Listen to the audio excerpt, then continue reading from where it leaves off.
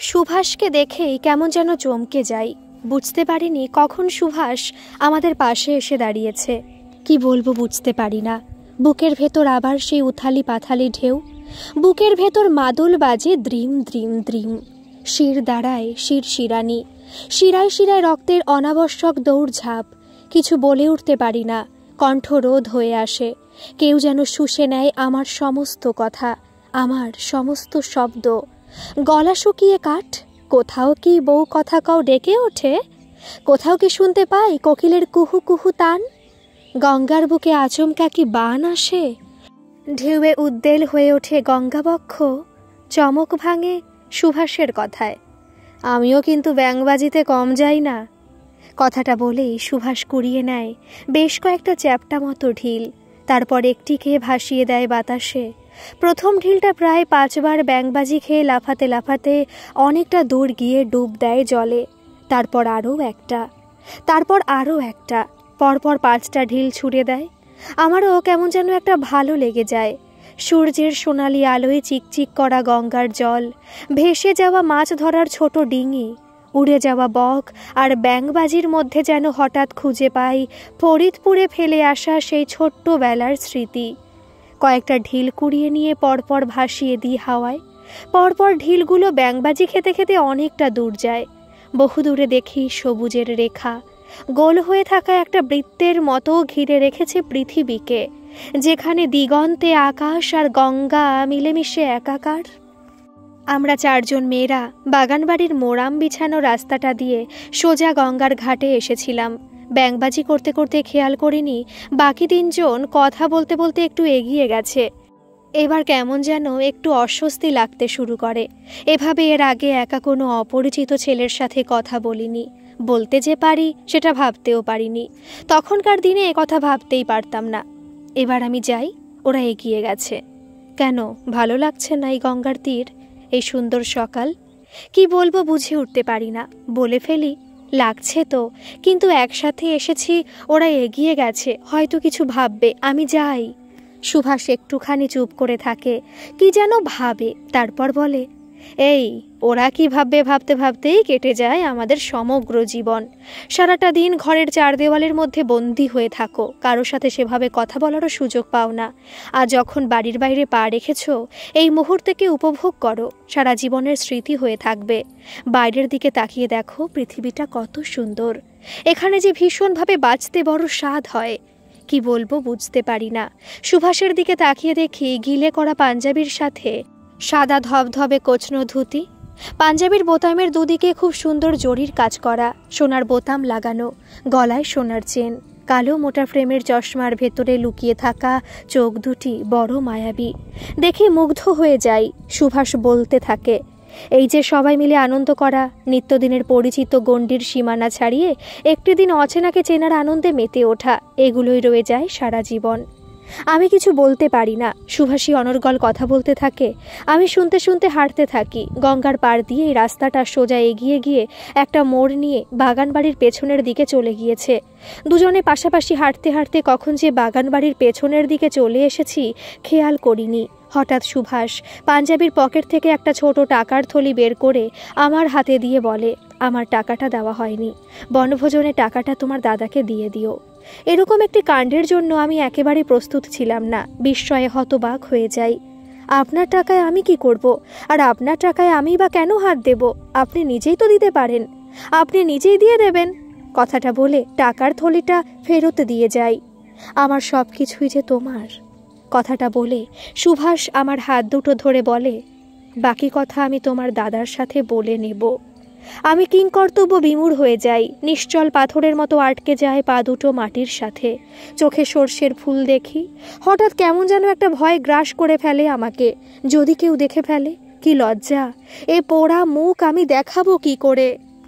আমি স্বপ্নেও এ জাতীয় কিছু আশা করিনি। কোনো রকমের টাকার থলিটা সুভাষের হাতে ধরিয়ে দৌড় লাগাই। এক প্রকার দৌড়ে চলে আসি বাগান বাড়িতে। আমি তখন রীতিমতো হাঁপাচ্ছি। আজও মনে পড়ে সেদিনের কথা। দিগবেদিক জ্ঞান শূন্য হয়ে দৌড়েছিলাম। কিভাবে যে দৌড়ে বাগান বাড়িতে ফিরে এসেছিলাম নিজেই জানি না। এসে দেখি দুপুরে রান্নার জোগাড় চলছে। আমি একেবারে দাদার সামনে পড়ে যাই। কিরে, এত হাঁপাচ্ছিস কেন? কোনোভাবে নিজেকে সামলে নিই।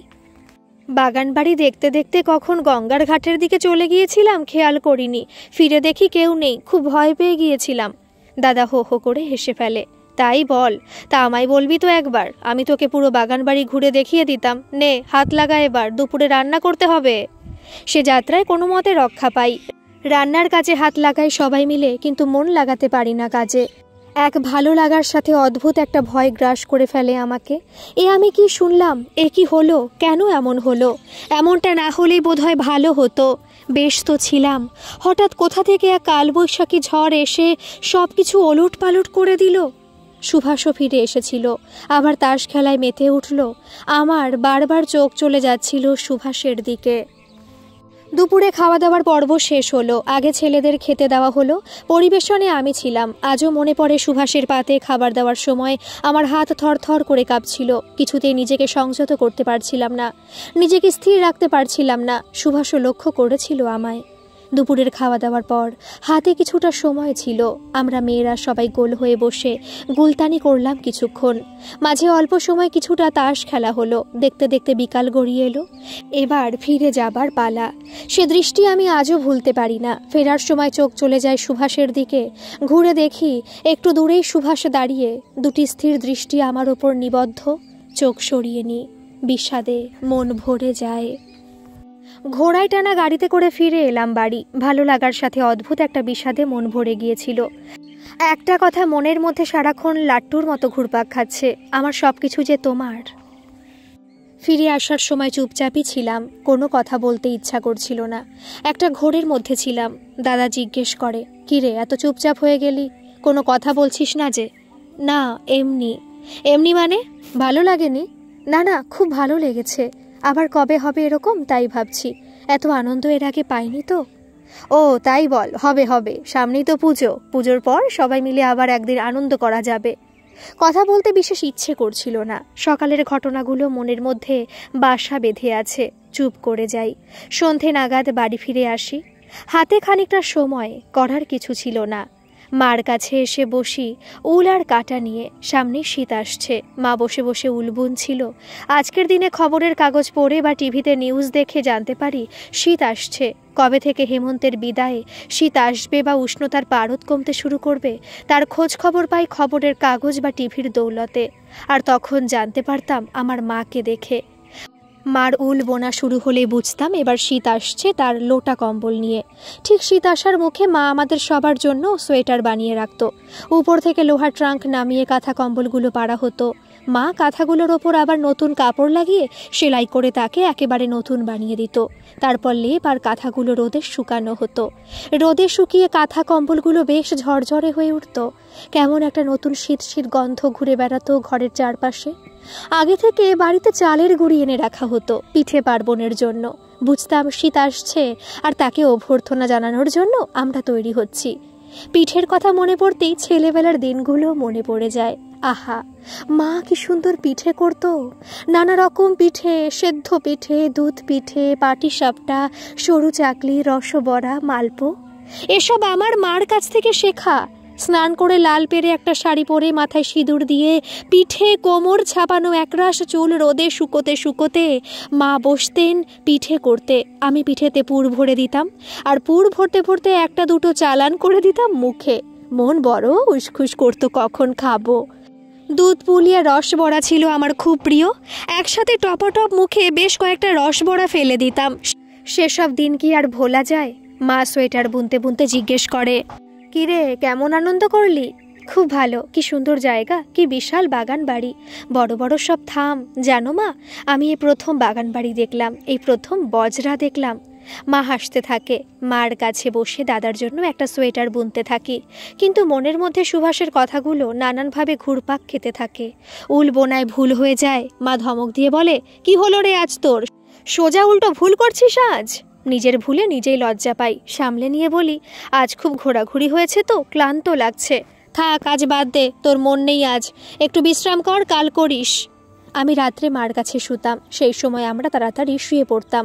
এখনকার মতো রাত হতো না। বাবার কড়া শাসন ছিল, রাত 10টার মধ্যে খেয়ে দিয়ে শুয়ে পড়তে হবে।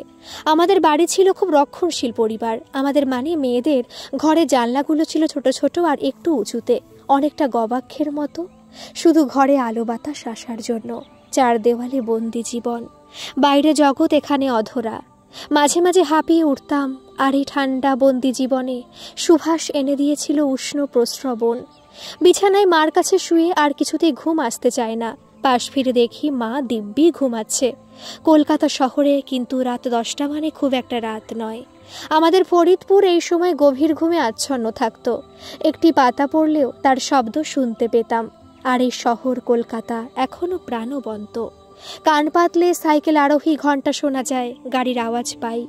এসব ভাবতে ভাবতে কেমন যেন আনমনা হয়ে গিয়েছিলাম।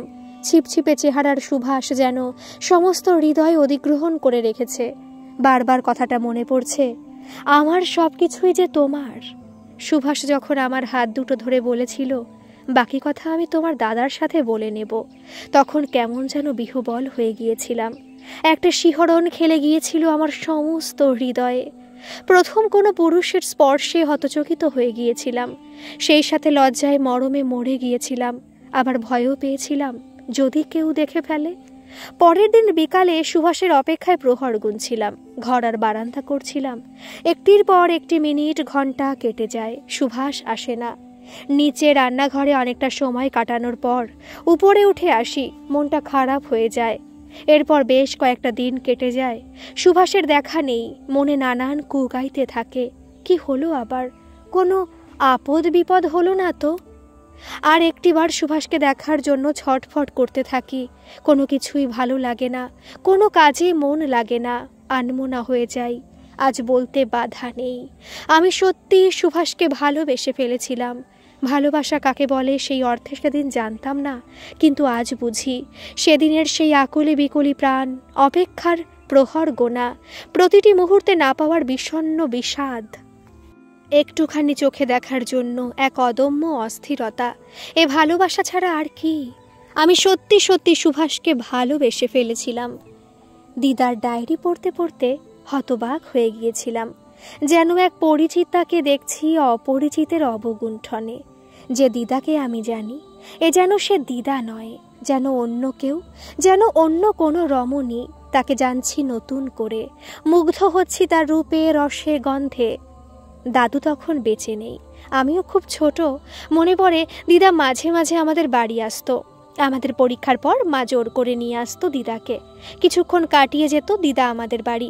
এই দিনগুলোর জন্য আমি অপেক্ষায় থাকতাম। রাত্রে আমি, দিদা আর ঠাকমা একসাথে শুতাম। দিদি, বোন আর মা বাবা শুতো অন্য ঘরে। আমি, দিদা আর ঠাকমা খেয়ে দে আগে শুয়ে পড়তাম। কিছুতে দিদা আর ঠাকমার কাজ ছাড়া করতাম না। যদি জায়গা দখল হয়ে যায়, মার অনেক কাজ থাকতো, একটু পরে শুতো। ঠাকমা দিদাকে রমা বলে ডাকতেন, দিদা ঠাকমাকে ডাকতেন রেনু বলে। ঠাকমা বলতেন, তুই কোথায় শুবি রে রমা, আমি কিন্তু ধারে শোবো। দিদা কপট রাগ দেখিয়ে বলতো, না আমি ধারে আর তুমি মাঝখানে। মাঝখান থেকে আমি চেঁচিয়ে বলতাম, না আমি ধারে। আর সেই দিনগুলোর কথা মনে পড়লে হাসি পায়। সত্যি কি কাণ্ডটাই না হতো ও ধারে শোয়া নিয়ে। দিদা ঠাকমাকে আলাদা করে চেনা যেত না, যেন দুই বোন বা দুই বন্ধু। আজকের দিনে অনুবীক্ষণ যন্ত্র দিয়ে খুঁজলেও এমন সম্পর্ক পাওয়া যায় না। দিদাই ধারে শুতো, আমি মাঝখানে, আর তারপর ঠাকমা। খাওয়া দাওয়ার পর আমি, দিদা, ঠাকমা বিছানায়। দিদা ছিল গল্পের ভাণ্ডার। কত গল্প করতো দিদা। দিদার কাছে গল্প শুনতে শুনতে কখন ঘুমিয়ে পড়তাম বুঝতেই পারতাম না। দিদা এত গল্প করেছে, দিদার কথা, দাদুর কথা, মামা মামির কথা, আমার মার কথা। তবু দিদার জীবনের এই অধ্যায় আমার একেবারেই অজানা ছিল। বিছানায় শুয়ে শুয়ে আবার পড়তে শুরু করলাম দিদার ডায়েরি।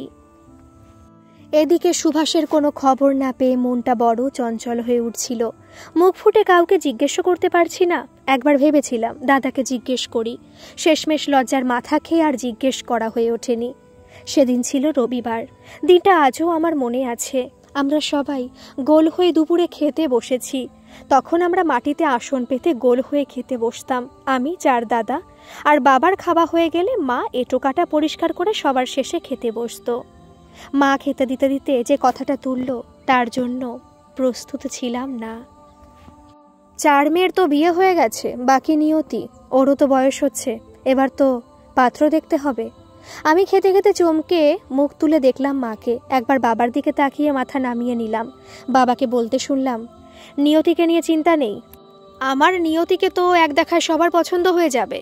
তা নয়, বয়সকালে মেয়েদের বিয়ে না হলে যা হয়, নিয়তিরও তো বয়স হচ্ছে, আইবুড়ো মেয়ে ঘরে বসে থাকাটা মানায় না, লোকে কি বলবে, সময়ের কাজ সময় করতে হয়। নিয়তির সামনের মাসে 14ই পড়বে, তুমি এবার একটু পাত্র খোঁজা শুরু করো। আচ্ছা ঠিক আছে, আমি কালই ঘটক খগেনকে ডেকে পাঠাচ্ছি। বরদা এতক্ষণ চুপচাপ কথাগুলো শুনছিল, হঠাৎ মুখ তুলে বলল, পাত্র কিন্তু হাতের কাছেই আছে, তোমরা রাজি থাকলে কথা বলা যেতে পারে। আমি চমকে মুখ তুলে দাদার দিকে তাকাই। মাও অবাক হয়ে জিজ্ঞেস করে, কার কথা বলছিস তুই? আমি সুভাষের কথা বলছি মা। তুমি তো দেখেছো, ভবানীপুরে জমিদার বাড়ির ছেলে, বাবা মানিকলাল ভট্টাচার্য, বিখ্যাত মানুষ, এক নামে সবাই চেনে। আর সুভাষকে দেখতেও তেমনি, একেবারে রাজপুত্র। আমাদের নিয়তির সাথে ভালো মানাবে। তা দেখেছি সুভাষকে, দেখতে শুনতে তো খুবই ভালো, তার উপর আবার জমিদার বাড়ির ছেলে। আমাদের নিয়তির কি এমন সৌভাগ্য হবে? ওরা তো রাজি হয়েই আছে, শুধু আমাদের হ্যাঁ বলার অপেক্ষা। তুই জানলি কি করে? এবার আমি প্রমাদ গুনলাম, ভয়ে ভয়ে দাদার দিকে মুখ তুলে তাকাই। আমরা তো সেদিন বনভোজনে গিয়েছিলাম, ওখানে নিয়তিকে দেখে সুভাষের খুব পছন্দ হয়েছে। সুভাষ আমাকে ডেকে 2 দিন আগে কথাটা জানিয়েছে। আমি তোমাদের বলবো বলবো করে আর বলা হয়ে ওঠেনি। এতক্ষণ বাবা চুপচাপ কথাগুলো শুনছিল, এবার বলে, জমিদার বাড়ির ছেলে কিন্তু আমার একদম পছন্দ নয়। সব চরিত্রহীন আর লম্পট হয়, নয়তো উন্মাদ। সেজ মেয়ের বেলায় দেখলে তো, ওরাও তো এককালে জমিদার ছিল, কিন্তু দেখো কি হলো, ছেলেটি উন্মাদ। ভালো করে খবর না নিয়ে বিয়ে দিলে যা হয়। সবাই চুপ করে যায়। সেজদির কথা মনে পড়তেই মন খারাপ হয়ে যায়। সেজদি রূপে গুণে খারাপ ছিল না, খুব ভালো সেলাইয়ের কাজ জানতো, রান্না বান্নাতে একাই 100। শেওড়া ফুলের জমিদার বাড়িতে বিয়ে হয়। সেজদিকে এক দেখাতেই পছন্দ হয়ে গিয়েছিল। মেয়ে দেখতে এসে পাকা কথা বলে যায় পাত্রপক্ষ। জমিদার বাড়ি বলে কথা, বাবা মাও এক কথায় রাজি হয়ে যায়। আর ঘটক খগেনবাবুও বলেছিল, ছেলে একেবারে রাজপুত্র, এমন পাত্র হাতছাড়া করা ঠিক হবে না। তাই আর বিশেষ খোঁজ খবর করা হয়নি। বিয়ের রাত্রে সেজদি জানতে পারে বর একটি বদ্ধ উন্মাদ। সেজদির সে কি কান্না, সে কান্না আজও আমার কানে বাজে। নীরবতা ভঙ্গ করে মা বলে, যা হবার তা তো হয়ে গেছে, ওর কপালের লিখন, নইলে এত ভালো বাড়ি দেখে বিয়ে দিলাম, কি থেকে কি হয়ে গেল। সেই জন্যই তো বলছি, জমিদার বাড়ি আমার একেবারে পছন্দ নয়। আর তাছাড়া আমরা ছাপোষা মানুষ, আমাদের সাথে মানাবেই বা কেন? না তা কেন, হাতের 5টা আঙুল কি সমান হয়? ওর কপালে ছিল তাই হয়েছে, নইলে সব জমিদার বাড়ি কি খারাপ? মেয়ে সুখে থাকুক, এটা তো সবাই চায়।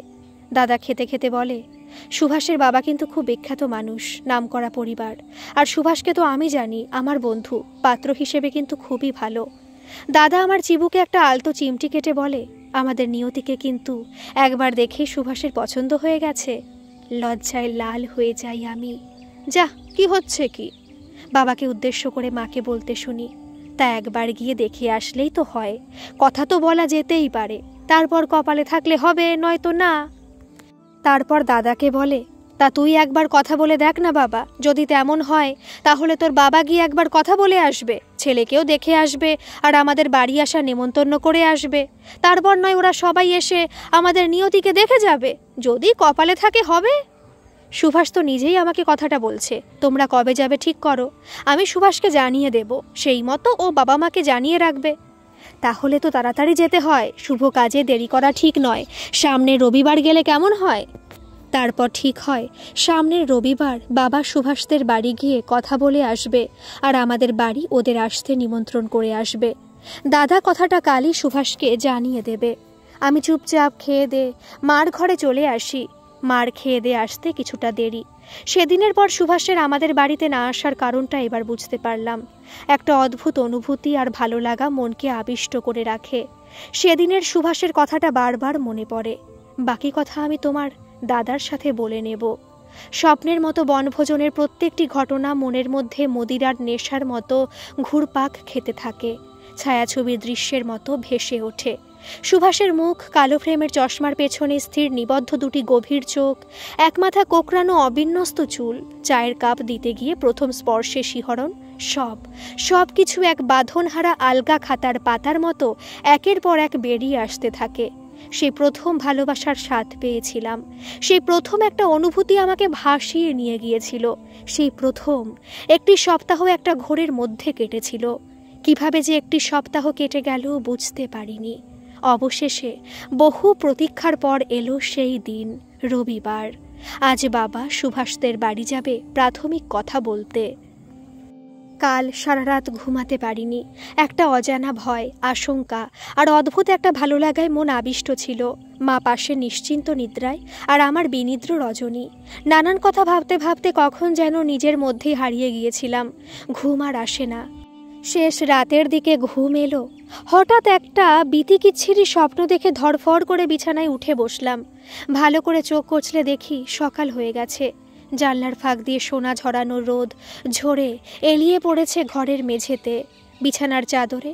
বেশ সুন্দর একটা মোলায়েম হাওয়া দিচ্ছে। পাশে মা নেই, মশারিও তুলে ফেলা হয়েছে, তার মানে বেশ সকাল হয়ে গিয়েছে। এদিক ওদিক তাকিয়ে দেখি কেউ নেই ঘরে দরজাও আধভেজানো। ভোর রাতে দেখা স্বপ্নটা মনের মধ্যে ঘুরপাক খেতে থাকে। এ কী রকম স্বপ্ন দেখলাম, মাথা মুন্ডু কিছুই বুঝলাম না।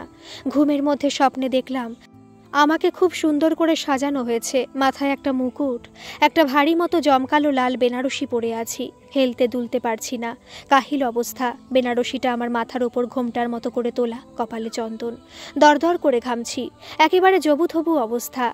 মাথার ওপর একটা পাখা ঘুরছে বটে, তবুও খুব গরম লাগছে। ঘরের মধ্যে অনেক লোকজন আসা যাওয়া করছে, একবার করে আমাকে দেখে চলে যাচ্ছে। সবাইকে চিনিও না, বেশ কোলাহল, চারিদিকে হইচই হচ্ছে। নানান সুস্বাদু খাবারের মিষ্টি গন্ধ ভেসে আসছে নাকে। সানাইয়ের মিষ্টি সুর যেন আতর ছড়িয়ে দিয়েছে ঘরের চারিদিকে। একটা ঘরে বসে আছি, ঘরের মধ্যে কিছু ছোট ছোট বাচ্চারা খেলছে, ইচ্ছে মতো হইচই করছে। আমার পাশে বসে কিছু মহিলা, সবাই বয়স্কা, আমার থেকে সবাই বড়। এদের কাউকে আমি চিনি না, কাউকে না। সবাই খুব হাসি ঠাট্টা করছে, কেউ কেউ হেসে গড়িয়ে পড়ছে এ ওর গায়ে, গা ঢলাঢলি করছে।